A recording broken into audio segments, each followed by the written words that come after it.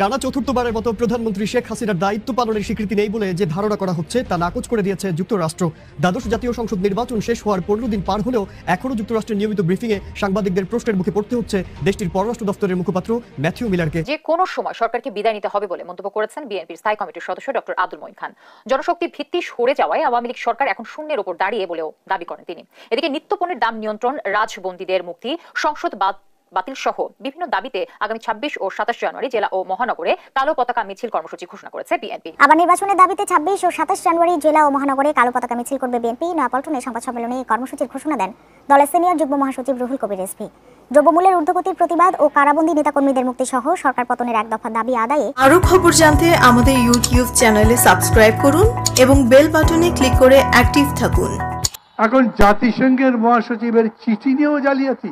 সাকিব আল হাসানের মতো এত আন্তর্জাতিক মানের 1 নম্বর ক্রিকেটার উনি এখন বাংলাদেশের জনগণের কাছে ভুয়া হয়ে গেছেন।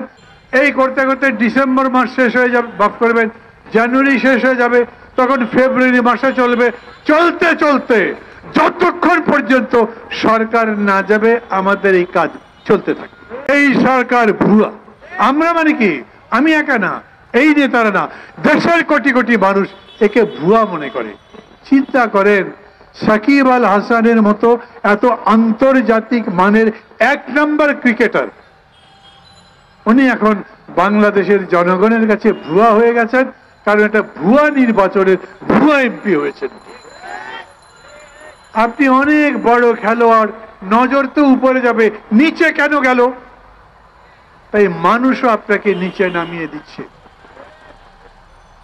এই সরকার ভোট তো করে নাই। এই নির্বাচনে ভোটার ছিল একজন, তিনি 300টা আসনে ভোট দিতে পারতেন, শেখ হাসিনা।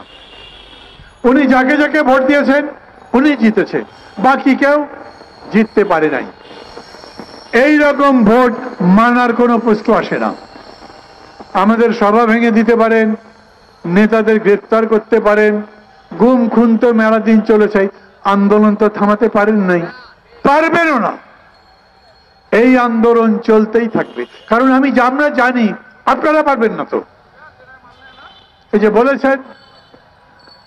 যে বলেছেন না, ওই মন্ত্রী একজন বললেন 7 দিনের মধ্যে সিন্ডিকেট বন্ধ করে দেব, অবিলম্বে দ্রব্যমূল্য কমাবো, আমাদের সরকারে এটা হলো টপ প্রায়োরিটি। বলেন তো আজকে বাজারে চাল কত করে? কিন্তু চট্টগ্রামে গ্যাস নাই। গতকালকের খবর হলো চট্টগ্রাম মহানগরের বহু বাসায় গ্যাসের চুলা বন্ধ হয়ে গেছে, রান্নাও বন্ধ হয়ে গেছে, দুপুরে খাওয়ার অবস্থা নাই। আজকে সকালে ফোন করেছিলাম, তারা বলল অবস্থার কোনো উন্নতি হয়নি। কেন অবস্থা খারাপ হলো? 2টা কোম্পানিকে এলএনজির চুক্তি দিয়েছেন, তার মধ্যে একটা হচ্ছে আপনাদের তথাকথিত সেই বন্ধু অলিগার্ক, দি সামিট কোম্পানি, ওনার এলএনজি তৈরির ওইটা বন্ধ হয়ে গেছে। অতএব গ্যাস নাই। কে কাভারেজ দেবে, কে ক্ষতিপূরণ দেবে? বলেন, আমার বাসায় যদি আমি বাচ্চাদের খাওয়াতে না পারি, আমি তো তোমার থেকে চাল চাই নাই, ডাল চাই নাই, তরকারি চাই নাই, গ্যাস দেবে 13 টাকা দিতে চাইছি। সেই গ্যাস যদি দিতে না পারো, আমার যদি রান্নার চুলা না জ্বলে, আমি সহ আমার ছেলে মেয়ে পরিবার যদি অভুক্ত থাকে, তাহলে তুমি আছো কেন? লজ্জা করে না? সবগুলো ব্যাংক প্রায় বন্ধ হবার দশা, টাকা নাই সরকারের কাছে। বাংলাদেশ ব্যাংক তখন ছাপিয়ে ছাপিয়ে টাকা দিচ্ছে, তাহলে বেতন দিতে পারে না, কর্মচারীদের বেতন দিতে পারে না, কোম্পানিগুলো যে টাকা পায় সেই টাকা দিতে পারে না। এই যে পুলিশ ভাইরা দিন রাত এত কষ্ট করে ডিউটি করে, মাঝে মাঝে আমাদের উপরে হামলেও পারে, ওদেরও বেতন দেওয়া যেত না, ছাপিয়ে ছাপিয়ে দিয়েছে। তারপরে বাংলাদেশ ব্যাংক একসময় বলেছে এইভাবে টাকা ছাপালে এই টাকা কাগজ হয়ে যাবে, অতএব বন্ধ করে দিয়া। আজকের পত্রিকায় দেখবেন ইসলামী ব্যাংক সহ কয়েকটা ব্যাংকে বাংলাদেশ ব্যাংক ঠিকই ছাপিয়ে ছাপিয়ে টাকা দিচ্ছে। এটা কোনো দেশ? এগুলো ব্যাংক, এটা কোনো অর্থনীতি? কেবলমাত্র কল রেট বাড়ি, তার সুদের হার একটু বাড়িয়ে দিলেন, তাই দাম কমাতে পারবেন না। দামও যদি কমাতে না পারেন, মানুষকে খুন গুম করেন, গ্রেপ্তার করেন, মির্জা ফখরুল ইসলাম আলমগীর সহ নেতাদের, বেগম জিয়ার মতো মানুষকে বন্দি করে রেখেছেন, ছাড়েন না। পারেন কি? জনগণের কল্যাণ কিছু করতে পারেন না, কেবল আমাদের উপরে হামলে পড়তে পারেন।